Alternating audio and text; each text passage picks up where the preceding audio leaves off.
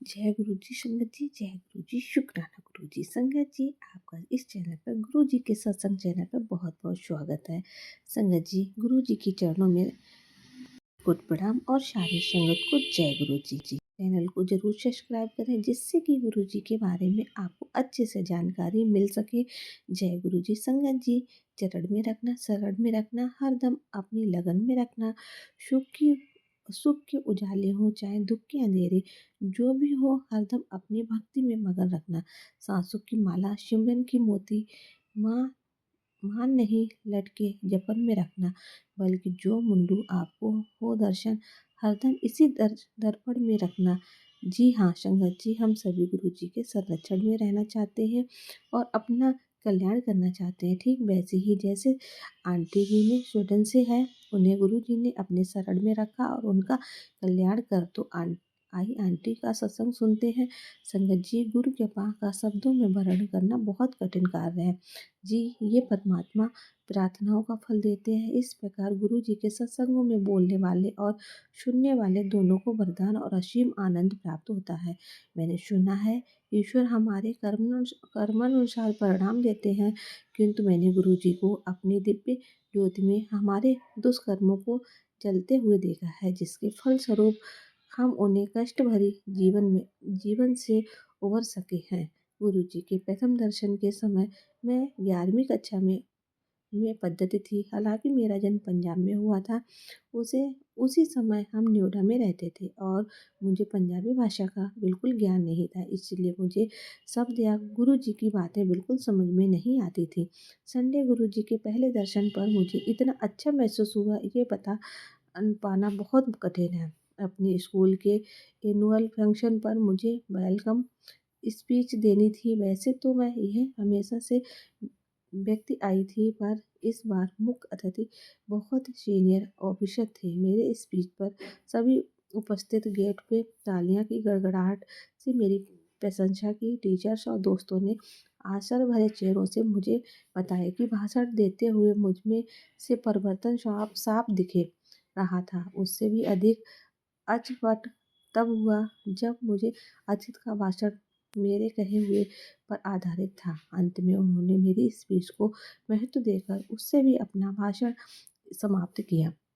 सबको यह आशाजनक प्रतीत हुआ, पर मुझे पता था कि गुरुजी की कृपा से ही यह संभव हो सका है। वास्तव वास्तव में जैसे ही मैंने अपना भाषण समाप्त किया, मुझ में से एक अद्भुत ऊर्जा का संचार होने लगा और मैं अपने शब्दों में उत्तेजना भर सकी। इसके अतिरिक्त मैंने अपने विद्यालय में अनेक बार गुरु जी की पुष्पों की भारी सुगंध का अनुभव किया है। 12वीं कक्षा में पहले पर अध्ययन का महत्व अधिक हो गया था। एक दिन साथ देते समय गुरुजी ने मेरे विषय पूछे। मैंने उन्हें बताया कि मैं कॉमर्स की विद्यार्थी हूँ, तो उन्होंने इकोनॉमिक्स पर प्रश्न कर दिया। उन्होंने मेरे क्रेडिट कंट्रोल पर प्रश्न पूछा तो उत्तर पता होने पर भी मैं बुद्धि शून्य हो गई। यद्यपि उसे समय मुझे कुछ समझ में नहीं आया। आने वाले समय में मुझे पता लगा कि गुरुजी ने क्या किया है। गुरुजी की चेतना से मैं इस विषय पर विशेष ध्यान देने लगी। इसके बाद जो हुआ उसके लिए मैं तत्पर थी। वर्ष के मध्य में हमारी इकोनॉमिक्स की परीक्षा चली गई और इस विषय को स्वयं पढ़ना पड़ा। गुरुजी की सावधानी से मैं सटक हो गई थी और बिना किसी कठिनाइयों के मैंने इस विषय में 97 अंक प्राप्त किए। जैसे जैसे मेरी परीक्षाएं पास हो रही थी, गुरु जी के पास दर्शन के लिए आना जाना कम हो गया, क्योंकि उनके निर्देश थे कि मैं पढ़ाई पर ज़्यादा ध्यान दूं। 13 जनवरी उत्तर भारत में लोहड़ी के दिन मैं अपने माता पिता और भाई के साथ नेहरू जी के दर्शन किए। समाप्त होने के पूर्व अंतिम दर्शन होने की संभावना थी। गुरुजी उसी दिन स्वयं प्रसाद वितरण कर रहे थे और जब तक मेरी बारी आई तो वो चॉकलेट दे रहे थे। प्रसाद वहीं पर समाप्त करना था, ऐसा गुरुजी का आदेश था, किंतु चॉकलेट घर ले जा सकते थे। सो मैंने थोड़ा सा प्रसाद वहीं पर खा लिया और शेष अपने पास रख लिया। मैं गुरुजी के पास आजा लेने आज्ञा लेने पहुंची और उनके कमल चरणों को स्पर्श करके झुकी। जब मैं उठ रही थी, गुरुजी ने अपना स्वरूप निकाला और मुझे दे दिया। मैं बहुत बहुत खुश हो गई, क्योंकि गुरुजी का स्वरूप तो अमूल है। गुरुजी ने उसे रात क्या किया, उन घटनाओं पर घर लौटते हुए चिंतन करने का अवसर मिला। उनकी स्वरूप को अपने हाथों में पकड़े हुए मुझे आभास हुआ कि उसमें गुरुजी का सुगंध आ रही है और यह परीक्षाएं समाप्त होने तक रही।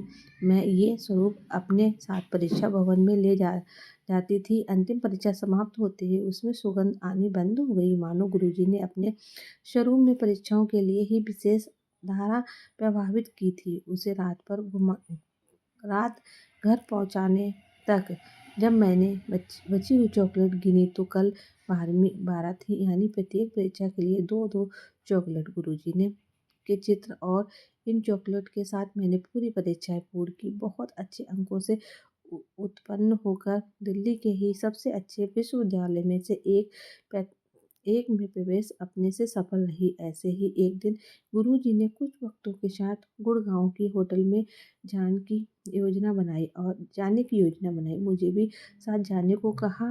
कुछ ही देर में हम सब ब्रेसलेट होटल पहुंच गए। गुरुजी का पूरा ध्यान मुझ में पर केंद्रित था, क्योंकि मैं सबसे छोटी थी। गुरुजी ने तीव्र गति से होटल का चक्कर काटा और फिर बैठकर सबके लिए कोल्ड ड्रिंक मंगवाई। साथ ही कुछ खाने को ऑर्डर दिया और बाद में आइसक्रीम भी मंगवाई।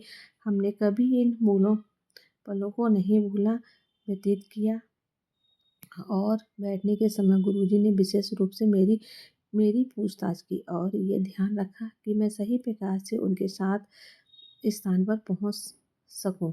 गुरुजी ने अपने निवास पर पहुंचाने पर मेरे अनुभवों के बड़े से पूछा। गुरुजी ने मुझे ये भी पूछा कि क्या मैंने आइसक्रीम खाई थी। हालांकि गले में कष्ट होने के कारण मैंने आइसक्रीम नहीं खाई, तो गुरुजी ने कहा कि अगर मैं आइसक्रीम खा लेती हूँ तो मेरा गला ठीक हो जाता है। बाद में मुझे पता चला कि गुरुजी ने मेरे गले का कष्ट समाप्त कर दिया था। उसी दिन के पश्चात मेरा गला, जो हर वर्ष एक बार अवश्य खराब होता था, कभी खराब नहीं हुआ। गुरुजी के संरक्षण और प्रेम की विशेष झलक एक दिन और देखने को मिली। हम संगत में शब्द सुन रहे थे और गुरुजी द्वारा प्रसाद वितरण की प्रतीक्षा कर रहे थे। गुरुजी के आदेश पर लंगर प्रसाद आकर उसके पास रख दिया गया। उसी दिन गुरुजी ने जी ने मैं और बैठी थी वहीं से प्रसाद बांटना शुरू किया। प्रसाद लेने के लिए सबसे पहले मैं ही थी। जैसे ही मैं प्रसाद लेने के लिए उनके पास पहुंची, उन्होंने पंजाबी में ये कहकर कि मैं अपने जन्मदिन का पूरा आनंद लूं, हम सबको आश्चर्यचकित कर दिया, क्योंकि संगत में किसी को भी मेरे जन्मदिन के बारे में नहीं पता था। मेरे परिवार ने किसी को भी सदस्य में डिस्कस किया। वह मेरा सबसे प्यार मनमोहन जन्मदिन रहा। दिल्ली विश्वविद्यालय में ग्रेजुएशन पास करने के बाद मैं कुछ खास नहीं कर सकी। गुरुजी ने मुझे सिम बाय सर पर प्रमुख स्थान से डिस्टेंस एजुकेशन द्वारा करने के निर्देश दिए। मैं अंतिम समय में फॉर्म भरकर प्रवेश करने में सफल रही। इस परीक्षाओं के लिए मैंने साउथ दिल्ली को अपना एग्जाम सेंटर चुना, किंतु दुर्भाग्य से मुझे दिल्ली के दूसरे ओर पर सेंटर मिला। मेरे पिता ने सेंटर बदलने के लिए आवेदन दिया, परंतु पुणे में से उत्तर मिला कि एक केंद्र निर्धारित होने पर उसे बदलना संभव नहीं है। प्रतिदिन परीक्षाओं के कारण मेरा एक दिशा में 45 किलोमीटर यात्रा करना संभव नहीं था, यानी कि मेरे घर से जो सेंटर था वो 45 किलोमीटर दूर था। इसीलिए निर्णय लिया गया कि मैं अपने दादा दादी के पास रहूं, जो उसे केंद्र से 10 से 15 किलोमीटर दूर रहते थे। नोएडा में उनके पास रहने से मेरा गुरुजी के पास आना जाना असंभव था। किसी प्रकार से मैंने पहले परीक्षा तो दे दी, किंतु मैं इतनी दुखी थी कि मेरा माँ शेष परीक्षाओं को छोड़ने का बन रहा था और मैं रोई और गुरुजी द्वारा किसी प्रकार से इस स्थिति से निकालने के लिए विनती की। उसके पश्चात जो हुआ उसकी कल्पना भी नहीं की थी। अगले दिन जब सब परीक्षाओं में मग्न थे, एक अधिकारी ने आकर घोषणा की कि क्या कोई परीक्षा थी उसका केंद्र बदलने का इच्छुक है, और उसकी लिस्ट में साउथ दिल्ली सेंटर का नाम भी था। मैं तो छल पड़ी और तुरंत अपना नाम लिखवा दिया। परीक्षा के मैं उसी अधिकारी के पास जाकर पर उन्होंने बताया कि ज़्यादा कैंडिडेट होने के कारण इस केंद्र पर सीट्स की कमी हो रही है। ये मेरा आवेदन स्वीकार हो गया। अब मैं परीक्षाएं होते हुए गुरुजी के दर्शन कर सकती थी। गुरुजी की अन्यथा और कौन ऐसा कर सकता है। गुरुजी की शक्तियों को समझ पाना हमारी बुद्धि के बस में की बात नहीं है। उनके कार्य तो की तारीफ तारक को भी मान लेते हैं। एक बार गुरुजी संगत में बैठे थे। हमें अर्थ विवेक के कुछ झटका महसूस हुआ। पहले तो सब बैठे रहे, पर जब भूकंप कुछ देर तक आता रहा तो कुछ हलचल शुरू हो गई। ये देखकर अटल बैठे गुरुजी ने अपने मोड़ पर रखे हुए दोनों हुए दोनों पर पृथ्वी पर रखे और कंपन तुरंत बंद हो गई। जय गुरुजी। एक दिन गुरुजी कुछ संगत के साथ जिम में भी थे। बड़े मंदिर गए थे।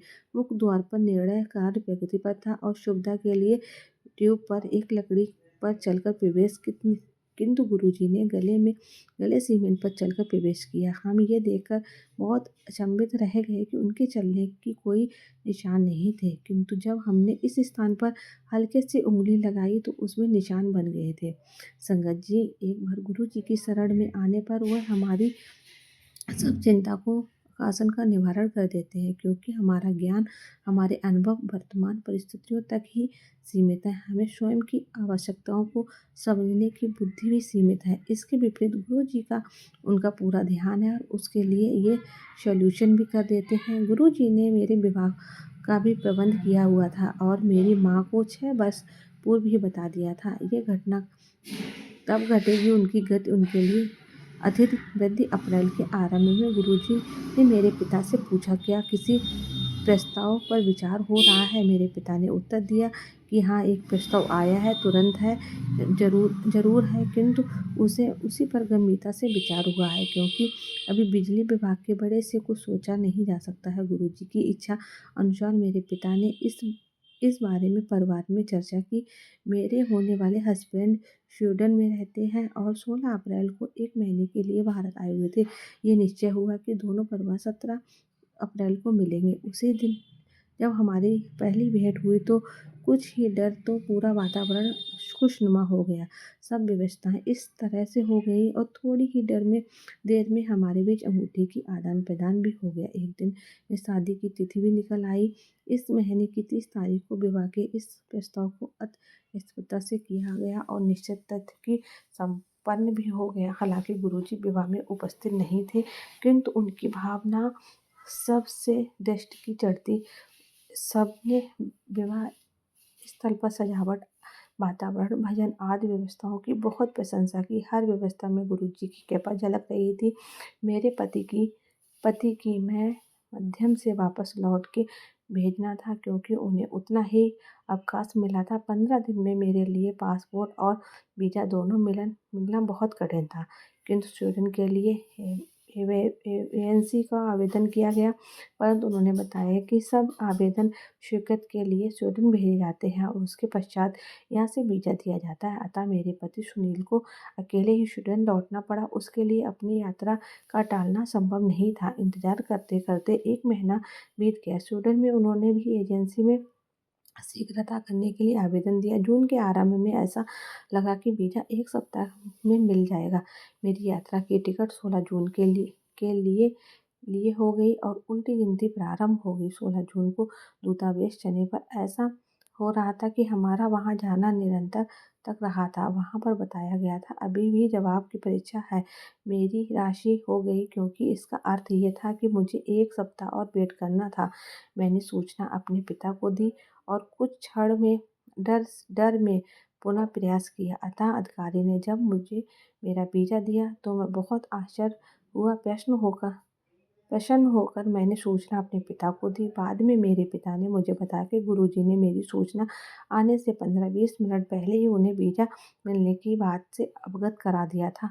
मैं समझ गई थी उसे गुरुजी के ही हस्तक्षेप को बिना वीज़ा मिलन असंभव था। गुरुजी वास्तव में असीमित प्रेम के स्रोत हैं और उनमें विलक्षण प्रतिभाएं हैं। उन्हें कोई भौतिक आवेदन नहीं रोक सकता है। ये त्रिकालदर्शी हैं और अपनी संगत को पुकार सब पर सीमाएं हर पल सकते हैं। स्वीडन में एक विकेट हमारी पेरिस में बताने का निर्णय लिया। वहां पर जब मैं आईफाइल टावर की पहली मंजिल पर थी, मुझे अचानक गुरुजी की सुगंध का आभास हुआ। फ़ोन पर मेरे पिता के साथ हुई अगली बातचीत में उन्होंने बताया कि गुरुजी मेरे बारे में पूछ रहे थे। उन्होंने इस बात पर चित की तिथि और समय भी बताया। थोड़ी कैलकुलेशन करने पर पता लगा जब उन्होंने मेरे पिता से मेरे बारे में पूछा था। उसी समय मैं एफिल टावर की पहली मंजिल पर थी। गुरुजी के साथ मेरे अनुभवों का शब्द में पिरोना अत्यंत कठिन है। मैं वो मेरे लिए क्या है और मेरे जीवन में उतना क्या अर्थ है, ये सब कुछ व्यक्त करता है मेरे लिए संभव नहीं है।